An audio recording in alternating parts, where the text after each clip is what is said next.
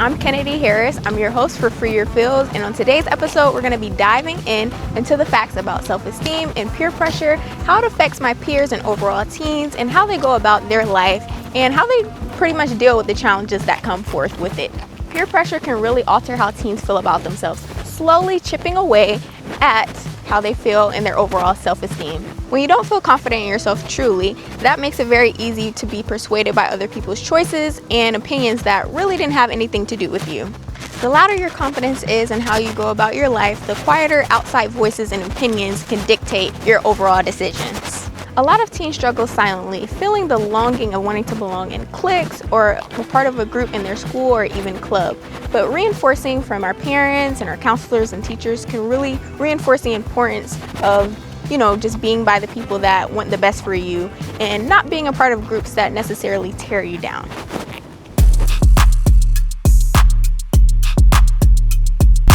We asked our peers what are ways that they handle comparing themselves to others. When I compare myself to others, I just remember this motto that others are in different situations than I am, meaning whatever they are doing is different than what I'm doing because of what they are going through and what I am going through. We asked teens, when do you feel the most confident in yourself?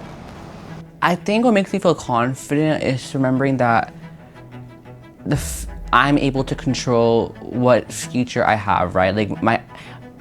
Other people can do whatever they want, but I can only control my actions, and so I can really shape the future I want by making the actions I want. That's being a good, positive, contributing member of society. I feel confident in myself when I'm doing a hobby that I enjoy, something that I know that I can do well, or at least I think I can do well in that hobby. So I find comfort in doing things that I enjoy, and that brings me the confidence. We asked teachers what are the ways that they recognize that their students may be lacking in their capabilities when, as teachers, they truly know that their students are capable in their abilities. The way I support students who doubt their abilities is I encourage them and I speak life into them. Sometimes students just need, or people, not just students, people in general, need to hear that they're able to do whatever it is that they set their mind to.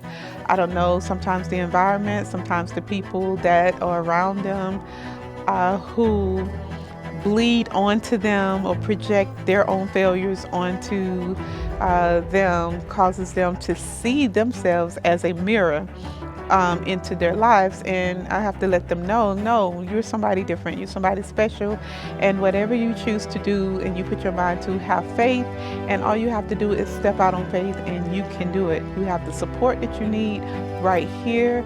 We can find you the support that you need, that you don't need to give up. I don't believe in letting anyone not succeed. So I believe that you can do anything that you want to do.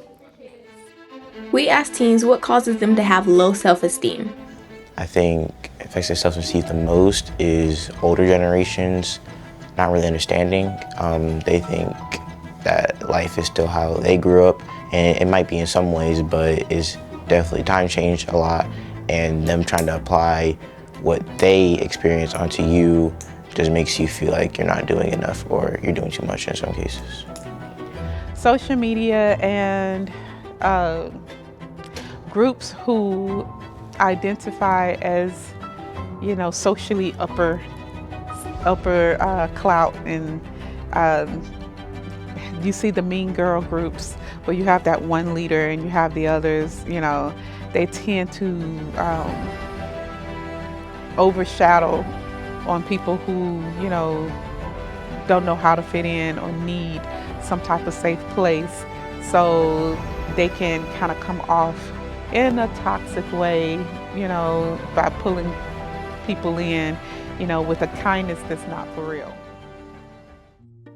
Self-esteem isn't about proving yourself or all these other ulterior motives. It's about who you truly are when the camera is off and nobody is in the room. Self-esteem is about building yourself brick by brick, and as teens, it can be hard to adjust and figure out who the right people are to be friends with or connect yourself with and having your circle. I know this saying about whoever the 5 people are that you're most closest to or talk with a lot really influence how you go about your day. And that is very true. So I hope this really helped.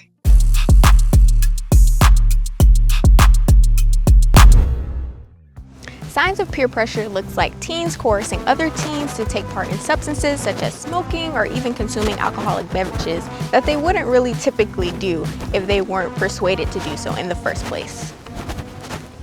We asked counselors what are ways and signs that students are being influenced in a negative, impactful way. Their behavior change. They become more hidden or disclosed. Maybe if they were open and you can see that they did not have any fear of being seen, then it could be one way or the other. If they were more outgoing and they were more transparent with you, then they become hidden, kind of like Adam and Eve. A lot of times people, who are transparent and just open, sociable, sometimes they become disconnected, distant. Their whole personality and attitude change. Those are for the ones who are more open. For the ones who, on the opposite, who are maybe more quiet, reserved, laid back, discreet. Now they're doing things that seem out of character. They are loud, especially students. They're, making a scene, for others to see. We asked teens how can their friends support each other instead of pressuring one another. Well, like I said, you don't really know what you're supposed to be doing, so friends can help you make your own decisions, figure out what yourself was right and wrong. But if they're all just automatically all right telling you that's bad, that's wrong, don't do that, do this instead, then that's gonna peer pressure you. I think the advice I would give is that your life is yours alone. And others can do whatever they want, right? But only you can choose what you do. And so you choose how you respond to situations around you. And so if something isn't right for you and it's right for other people, that's okay. All you need to do is what's right for you and making sure that you're able to do what's best and live your life to the fullest extent. If you're a teen dealing with low self-esteem, peer pressure, or mental health issues, the Free Your Feels website is a resource designed to help. It gives teens access to support, tools, and guidance to help navigate real challenges and remind you that you don't have to go through it alone. Visit the Free Your Feels website to learn more and get connected to resources made for teens. Thank you so much for watching the second episode of Teen Truths with VOX ATL in partnership with Free Your Feels. Let us know topics you would like to see next on Teen Truths. This was an amazing time. I hope you guys learned so much and remember to share. Bye, everyone.